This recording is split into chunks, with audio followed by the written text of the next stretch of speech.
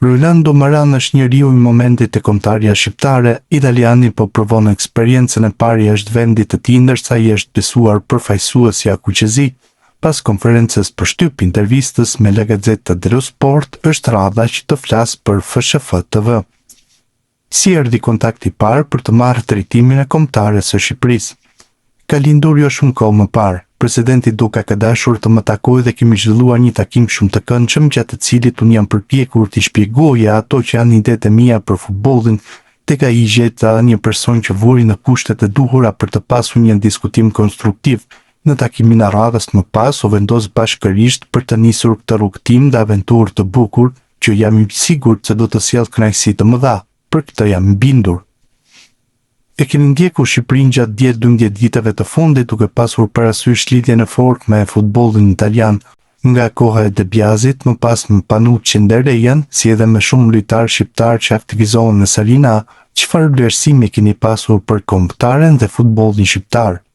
Sigurisht që kam filluar të ndjek gjithmonë më shumë duke nisur dhe nga rezultatet e mëdha të arritura nga Gianni De Biasi me të cilin kam punuar dhe ish pjesëtar të stafit tim, dhe e kam vlerësuar akoma më shumë futbollin shqiptar, që nga ato vite arritja ka qenë shumë e mirë dhe e madhe.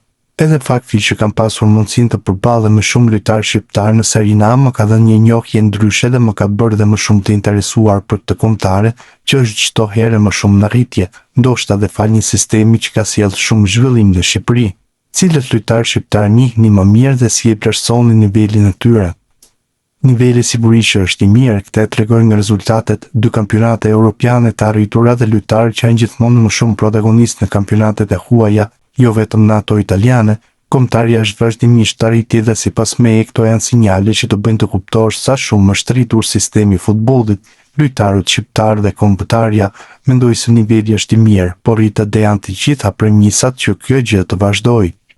Kur mësuat se mund të bëheshit trajner i Shqipërisë, cila ishte gjëja e parë që bët? A kontaktuat ikë që njeh futbollin shqiptar? A patë ndeshje të kombëtares apo nisat me një analizën e skuadrës? Cili ishte impresioni juaj i parë? Të gjitha gjërat që mund të bëja i kam bërë sepse ishte diçka që e doja dhe që më entuziazmonte shumë. Kam provuar të kuptoj çdo gjë me telefonata dhe me njerëzit me të cilët kam më shumë raport, si De Biasi. Kam parë të gjitha ndeshjet që kam mundur dhe ende tani po mundohem të ndjek sa më shumë të jetë mundur sepse kanë kaluar vetëm pak ditë nga momenti që nisi kjo histori. Dhe jam plotësisht i përfshirë ndjek çdo gjë me shumë interes duke kërkuar të zbuloj sa më shumë gjëra që të jetë mundur, sepse kemi pak kohë dhe fillojmë menjëherë, dua t'i bëj gjërat në maksimumin e mundësive të mia. A keni biseduar me De Biasin, Panuccin apo Rejan për të marrë informacione mbi skuadrën, ambientin dhe gjithçka që rrethon kombëtaren shqiptare? Të jemi sinqert, kam folur me De Biasin sepse me të kam një raport të veçantë. Për te ti jam interesuar për të kuptuar sa më shumë gjëra, por le të themi se personi me të cilin kam kontaktuar më shpesh është ai. I keni ndjekur ndeshjet e fundit të Shqipërisë gjatë këtyre ditëve? Cili është komenti juaj për skuadrën aktuale? Është një skuadër që ka treguar se ka identitet. Kam parë një ndjenjë përkatësie që mua më ka pëlqyer më shumë. Besoj se sukseset lindin kur ndjenja përkatësisë, dashuria për fanellën dhe kombin janë të forta. Ky është hapi i parë për të bërë gjithmonë më të mëdhenj.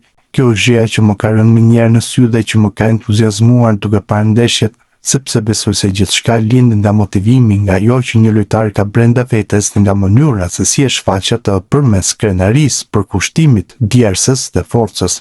Këto detaje më kanë bërë të pres me paduri momentin për të nisur këtë aventurë këtu. Çfarë mendoni se duhet të bëni ndryshe nga paraardhësi juaj gjatë ditëve të para në krye të kombëtares?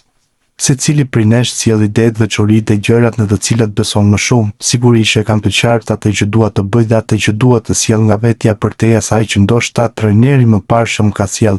Sigurisht që gjërat e mira që janë bërë përbën një tull që tashmë është themeli një shtëpie dhe unë do të provoj të sjell tullat e mia për të ndërtuar atë që do të jetë shtëpia ime, një shtëpi që duhet të entuziazmoj kombin dhe tifozët tonë. Për gati 30 vite kemi punuar vetëm me klube dhe jo me kombëtare. Sa sfiduese është për ju kjo eksperiencë, duke qenë se në pak ditë duhet të ndërtoni një skuadër me lojtarë që vinë nga klube, kampionate dhe mentalitete të ndryshme. Është stimuluese, është e pamohueshme që kam qenë gjithmonë trajner klubesh, por për gjithçka ka një herë të parë dhe shumë prej atyre që e kanë përjetuar kanë pasur sukses të madh. Më duket se Leopard Biazin ishte hera e parë që drejtonte një kombëtare. Nuk është aq e rëndësishme nëse është hera e parë, e rëndësishme është sa arrin të përfshihesh në këtë punë dhe të hysh plotësisht në atë që bën. Për mua këto janë kushtet e duhura. Në fundit ky është futboll, përgatitet ndeshje, ndoshta zhvillohen më pak stërvitje, por shihen më shumë video dhe ndiqen më shumë lojtarët. Gjithsesi mbetet futboll dhe futbolli punohet në 360 gradë. Çfarë identiteti dëshironi të jepni kombëtarës shqiptare në fushë? Ndoshta po përsëris veten për duhet të jemi një skuadër që hyn në fushë sepse dëshiron të tregojë se është më e fortë se kundërshtari. Nëse kundërshtarët tregojnë se janë më të zotë se ne, do ta pranojmë, por ne duhet të kemi në mendje dëshirën dhe zemrën për të hyrë në fushë, për të fituar ndeshjen dhe për të treguar që jemi më të mirë se kundërshtarët tanë. Kur hym në fushë me këtë mendësi, duke dhënë zemrën dhe duke thjeshtësitur, mund të dalim gjithmonë nga fusha me kokën lart. Rezultati shpesh përcaktohet nga shumë gjëra, por kjo nuk duhet të mungojë kurrë, dëshira për të treguar më të zotë se të tjerët.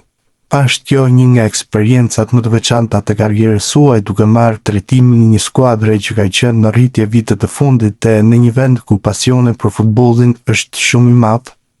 Kjo është shumë stimuluese sepse kur ndiqesh kaq shumë dhe shes sa shumë ngrohtësi ka për skuadrën dhe fanellën, të rritet ndjenja përgjegjësisë dhe krenarisë, të bën krenari që jetë trajneri i kësaj skuadre dhe besoj se duhet të jetë një stimul shumë i madh për të bërë një punë të mirë.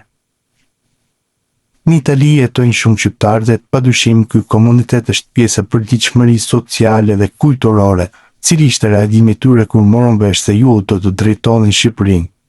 Më vjen për të qeshur sepse kanë qenë gjëra shumë të bukura. Kam parë shumë dashamirësi dhe jam ndier krenar sepse edhe ata janë krenar për mua. Tani shpresoj që përveç miqve të mi shqiptar në Itali që tashmë janë krenar për mua, të bëhen krenar për të gjithë kombin sepse jam i bindur që do të kemi një rrugtim të bukur së bashku. Aktualisht ju nuk jeni prezent në rrjetet sociale me një profil tuaj personal. Sa vjen kjo zgjedhje dhe a keni menduar të hapni një llogari personale tashmë që jeni trajneri kombëtare shqiptare? Gjithmonë kam bërë zgjedhjen për të mos qenë prezent në rrjetet sociale pasi preferoj marrëdhëniet personale. Ndoshta një ditë do të bëhem aktiv edhe në rrjetet sociale, por deri tani nuk kam qenë. Do ta shohim në të ardhmen se çfarë mund të bëj.